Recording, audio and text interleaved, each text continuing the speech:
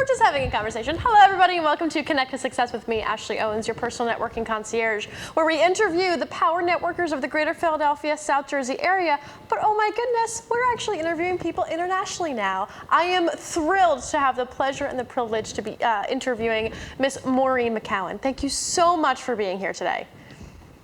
Thanks, Ashley. I'm delighted to be here. I'm really excited about it. So you and I met through one of the Cork events, is that correct? I had given a presentation. That's right. Yeah. You gave a presentation about networking at Network Ireland, the Cork branch, and you just invited people to connect with you afterwards. So I did. We ended up having a chat, a great chat, and ended up here today then as a result. So. I am so thrilled. But now I, could talk about you all day, but please tell the audience who you are, what you do, and what makes you awesome. Okay, so as you said, my name is Maureen McCowen. My business is Soft Skills Success, and the business is 18 months old, started in the February of 2019. So my background is secondary school teaching, so high school teaching, and I was teaching languages, so Irish, the Gaelic language, and French to teenage boys. Wow. And just 3 years ago, I decided that I was going to take a career break and try something different. And I set up my business. I have background in Toastmasters. I'm 10 years a member of Toastmasters. So it was combining the skills that I have from teaching and from communication and presentation skills that I would have learned from, obviously from my teaching career, but also through Toastmasters, combining those together and set up the business then, Soft Skills Success. So it's communication and presentation skills training. And my tagline is Unlock Speaking Confidence. Amazing. And so when somebody calls you, what problem are they typically having? It can range. A lot of the work that I'm doing at the moment is with business owners, micro business owners who are creating networking pitches. And of course, in times that we're in, a lot of businesses have changed directions. So maybe a pitch that they had for a networking event prior to this isn't working for them any longer. So that's one group of people that I would work with. So it's people hate sounding salesy. They feel for their networking pitch, their elevator pitch, 60-second pitch is what we would call it very much here in Ireland, that they feel that they have to speak about themselves all the time rather than talking about their clients and how they help their clients and revealing their greatness through their client stories. So I help them to unlock all of that. So that's one type of client. Another is for the Own the Room is the second program that I have. So that's anybody who's looking for boosting their speaking confidence, and that could be to speak up at a meeting. It's not necessarily that they want to be delivering a large presentation. It could be speaking up at a meeting, dealing with senior management. So you've got a range of people there that are looking for communication and presentation skills there, perhaps for internal presentations. And then the third is engage on stage, and that's a bigger program, and that is for somebody who wants to create that talk for a seminar or for a conference, and it's working through with them from page to stage, for the idea all the way through. So that's the three main bodies of what it is that I do. So what makes you so passionate about what you do? Because it seems like with your background in being a teacher, you understand Toastmasters. Like, where did you get that drive from to take, your skill sets and put it into a business? It's hard to know from that one. I like helping people. I've always liked helping people. I've always liked the idea of teaching. From the time when I was a child, I had all my dolls and teddies all lined up in front of me, and I was teaching them. So the teacher has always been there. And when I decided I was going to take a career break and try something different, I went to a career coach and did various tests to see what areas would suit me, because I was open to any ideas. And he said to me, are you really sure you want to leave teaching? Because that's where your skill sets lie. So it's taking the exact same skills that I have there and transferring them to a different audience. And there's a lot of what I have done through teaching that is coming through and helping me, obviously being able to adapt content, being able to deal with different learning styles. So a lot of the things that I would have learned in my teaching career, I'm bringing with me now to working with adults, business owners. It's a very different audience, and it's a welcome change to not have teenagers lying across the desk bored because they don't want to be in class, having people who are actually listening and enjoying what it is that I have to say and really taking it on board. So Where do you think the biggest misconception is? What do you think the biggest misconception is about public speaking?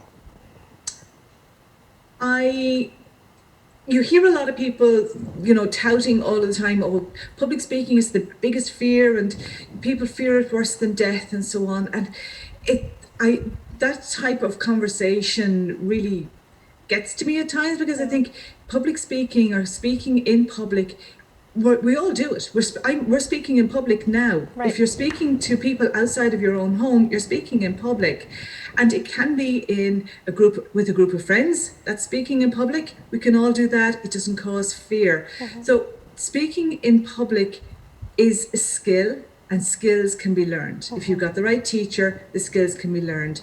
And a lot of people feel, I really hate the thought of doing that, or I'm going to freeze or dry up when I go up on stage. And it's because we focus on ourselves. Whereas if we think, what do I want to communicate to the audience that are here in front of me? What message do I want them to take from what I'm saying?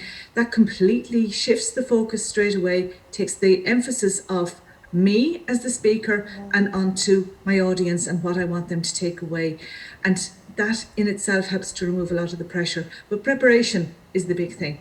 Being prepared in advance, people are going to be much better able to deal with any situations that occur when they're in that speaking situation. And you've been in that position before, so you understand from soup to nuts what that looks like. And I think, with somebody who has that background in teaching and understands the transitions and how do you navigate through a conversation and reading an audience, those are all skill sets that unless you're doing it every day, sometimes it isn't a learned skill, it has to be taught. So tell me more about when you work with your clients. Can you take me through a case study? So you don't have to give any names, but just who came to you, what problem did they have, and how were you able to fix it? So quite often when clients call me, they say that they want to improve their confidence, but they're not really sure what that looks like.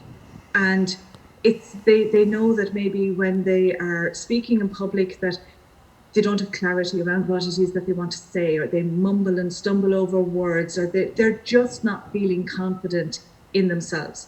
So a big part of what I do is asking lots of questions to find out, well, what type of situations are they speaking in, and what previous examples do they have? If there's possibly a recording of them delivering a speech or presentation before, to have a look through that to see.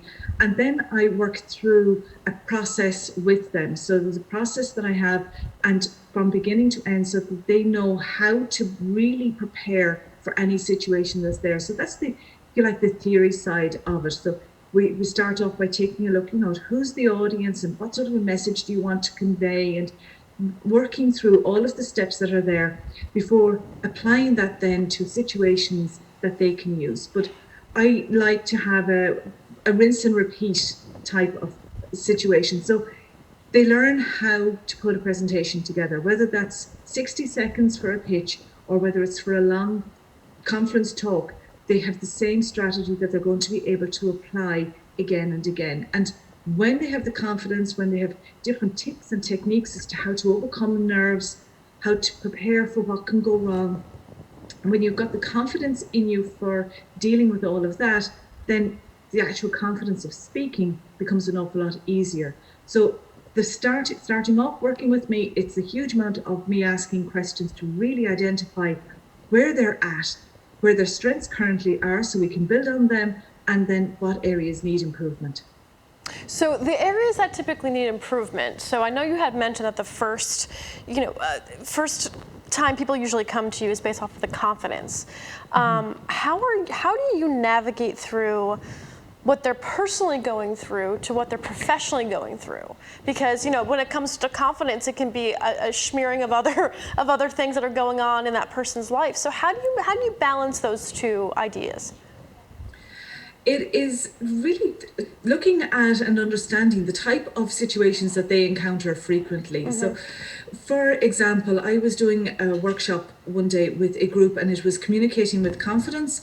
None of them had any interest in speaking in public. The issue that they had was actually speaking up at meetings and having confidence for interactions within a workplace environment. So it was, if you like, at a much lower level than what you might think for public speaking, but it was really important to the people that were there. There was one lady who was in the group, and she was very experienced in and very capable in her position.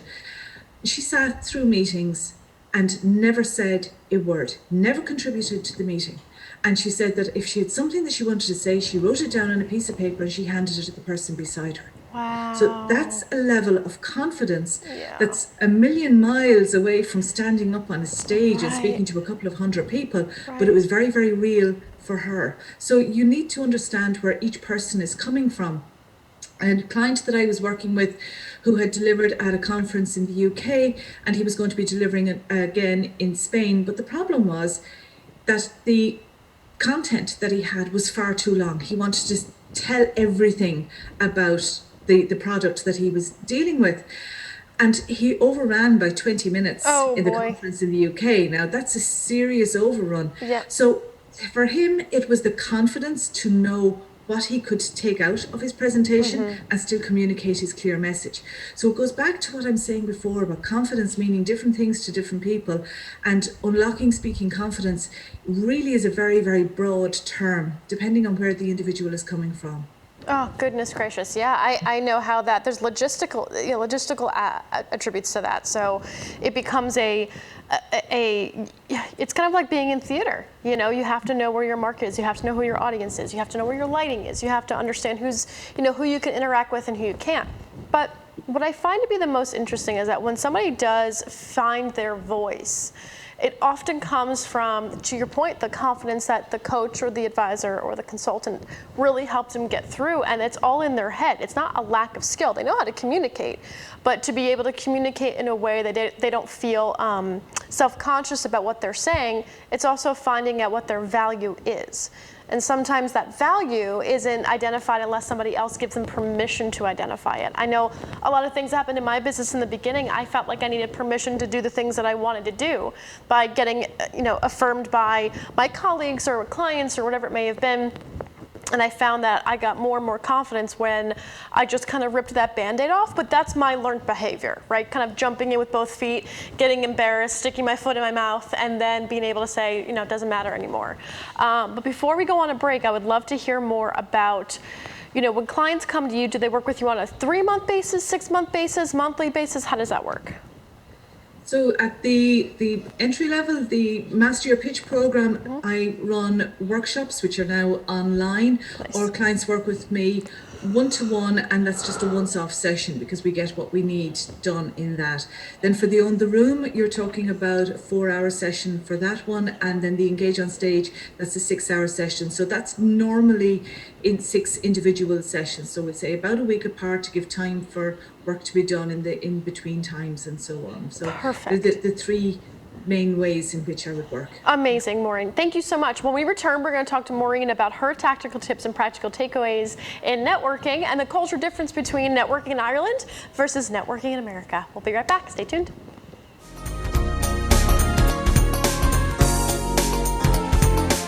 Why buy local? When you shop with local businesses, you're spending your money on more than just the item you're buying. You're adding a building block to your neighborhood. It starts with a single purchase, maybe a cup of coffee, groceries from a local co-op, or even a shiny new bicycle from one of the nearly 28 million small businesses nationwide. Your money doesn't stay in the till for long though. Local business owners use the money to create a lot of economic activity in your neighborhood, like buying from suppliers, many of whom are also local businesses, paying taxes to the city, which builds and maintains the infrastructure we all rely on, employing local workers, contributing to 65% of the net new jobs each year.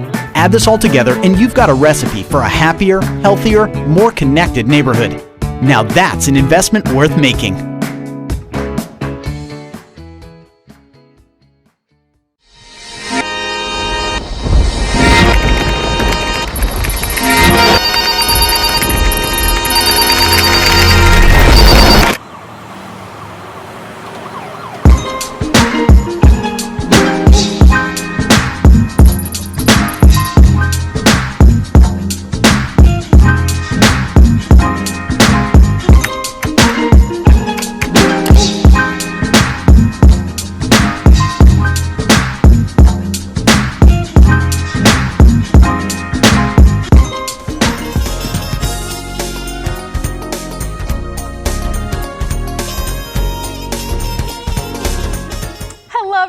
welcome back to Connect to Success. I am your host, Ashley Owens, and I have the pleasure and the privilege of interviewing Miss Maureen McCowen, who is all the way in Ireland, and I'm so thrilled to have her here. So Maureen, before the break, we were talking to you more about your services and how it's not just the soft skills that you assist with or that you really take somebody from start to finish. It's more of the confidence boosting that also comes with the activity in itself. But when it comes to networking, and one of the things I had the pleasure of being able to kind of to witness when I gave a presentation to that wonderful women's group was that the dynamic as far as people being confident in themselves was vastly different. And it was not for a lack of skill set, it was, I think America just knows how to be very loud. And Ireland is very subdued and very intentional about what they say. So I would love to hear your feedback on just what you see the difference may or may not be with networking in Ireland and then networking in America. I would agree. I think when you were delivering your presentation, Ashley, at the Network Ireland Cork event, you blew people away because you were so exuberant and so out there, you know, and that is very different to what a lot of us in Ireland are like. And I know from networking, it has a bit of a bad name in that a lot of people dread the thought of it. Right. When I did, let me see, last summer, 12 months, I did a survey. I was just looking to get some information for myself for a course that I was putting together, and I did put a survey into different social media groups, and it was like, what do you like most about networking and what do you like least about networking? And what people liked least about networking was walking into a strange room and lots of strangers there and all of that. But yet when you put the what do you like most about networking, people said that they liked meeting new people. So two sides of the same coin. Right.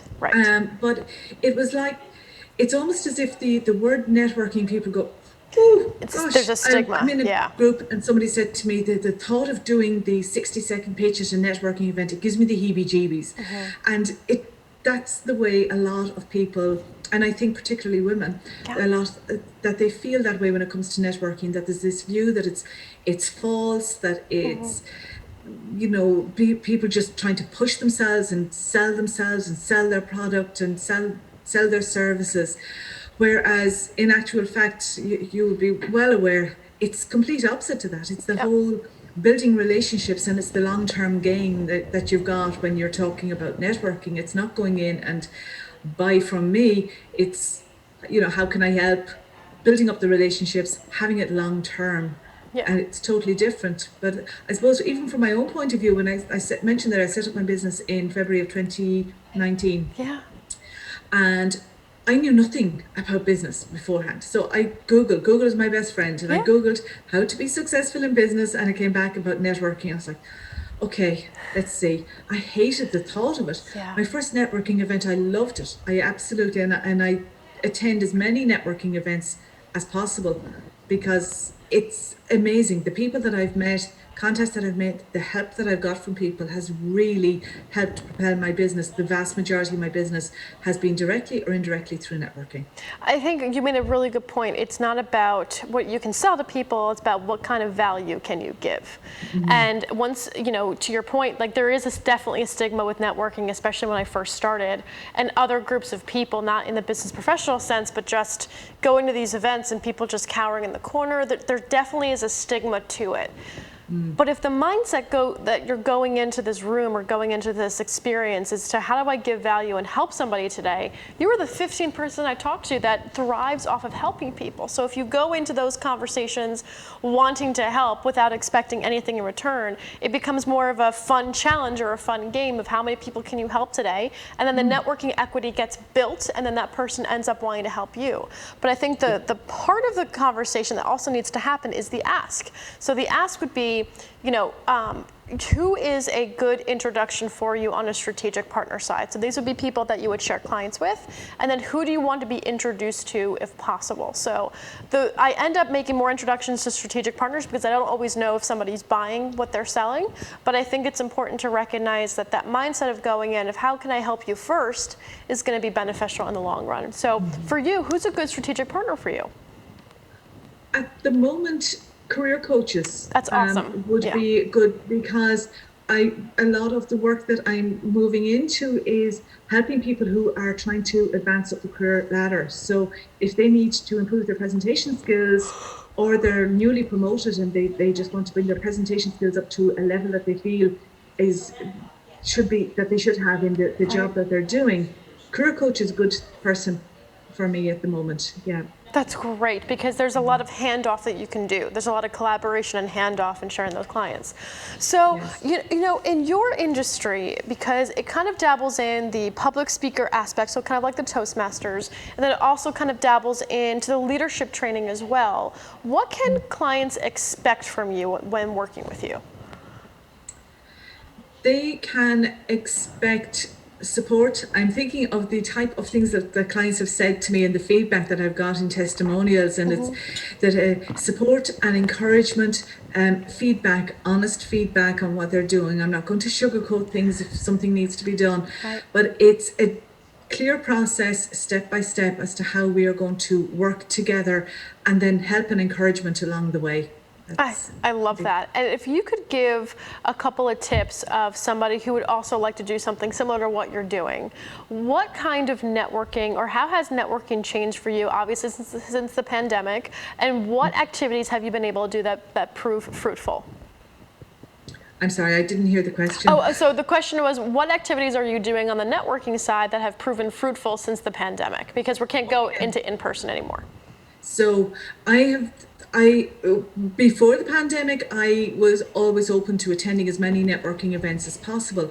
Since the pandemic, that has changed and it's online, and it means that we've opened up the whole world. So I've made connections around the world. I mean, you take our case in point there for one, you know, that it has opened up new opportunities, and it doesn't mean that it's an opportunity to do business together, because it's not always about that, but it's learning experiences. And there's somebody that I met again from the States who is similar path to myself, but slightly different angle, and we gave each other some great tips on a call that we made, one-to-one call. A lot of the networking can be building up through social media as well. And if when I meet somebody at a networking event, I connect on LinkedIn, I send the personal message to them and try to keep that connection going. But Instagram, Twitter are also very useful for building up connections in advance and building relationships there. If you take networking as being building relationships, then you can do that with new connections that you're making on social media, build those relationships, and then very often it can move into something more that they're promoting you. Very often, you know, if you're sharing your posts and things like that, it's all networking. It doesn't have to be the face-to-face. And the collaboration piece of that, like you said, is extremely important. That's a networking activity, right? You're all in the same sandbox, you're just building different castles. And if you come together, you're building an empire. So one of the things I love, the fact that you and I are now connected, is that there's opportunities where if I have a client who's also having issues with speaking up at a networking event, I'm not a speaking coach. I can provide useful tools and tricks to be able to get opportunities and talk about different formats of presentations, but the confidence behind that and the logistics behind that are something that's not in my wheelhouse. Because I got trained when I was very young to do improvisation and to be on stage. So that skill set started at a very, very young age that I couldn't teach now, because I don't even know what was taught. Meaning, I was taught at a younger age. I don't remember those skill sets. I just kind of adapted them into my own life. But for somebody like you, who really focuses on those soft skills, especially for somebody who is a little bit older, who doesn't have that kind of experience, I think it's just incredibly fruitful. So, one last question before we wrap up. If you could see, like, where do you see your business going in 5 years? Like, what is I hate that question, actually. What is the goal for your business? It doesn't have to be 5 years. It could be next week. It could be this afternoon. But what is the ultimate goal since you've started, I think, last year? Where do you see it going? It's amazing, because in the current situation, it's difficult to plan or imagine a week ahead, a month ahead, let alone 5 years ahead. But ultimately, I would like soft skill success to grow, to get beyond the communication and presentation skills. I've deliberately kept the word soft skill success to bring in a range of other soft skills. So that can be with other trainers, having other people come on board with me, that's where I would like to see things going. Amazing. Miss Bigger. Maureen, do me a favor. Look into the camera like you've been doing and tell people how they can find you. You can find me on www.softskillsuccess.ie. My new website is going to be launched next week, so I'm really excited about that. And LinkedIn, Maureen McCowen, that's my favorite platform, but I'm also on Instagram and on Twitter, Maureen McCowen. Amazing. Thank you very much, Maureen, for being here today. I'm so thrilled that you and I got a chance to be connected. If you'd like to reach out to Maureen, she'll give you all the reasons to do it, because especially if you're not very confident in speaking in front of people, especially on Zoom calls, because we all get Zoom fatigue, she's the person to chat with. If you'd like to be a guest on Connect to Success, please reach out to me at ashley@ashleyassist.com. Come on the show. We'll talk about your tactical tips and practical takeaways in networking, and we will see you next week. Have a good day.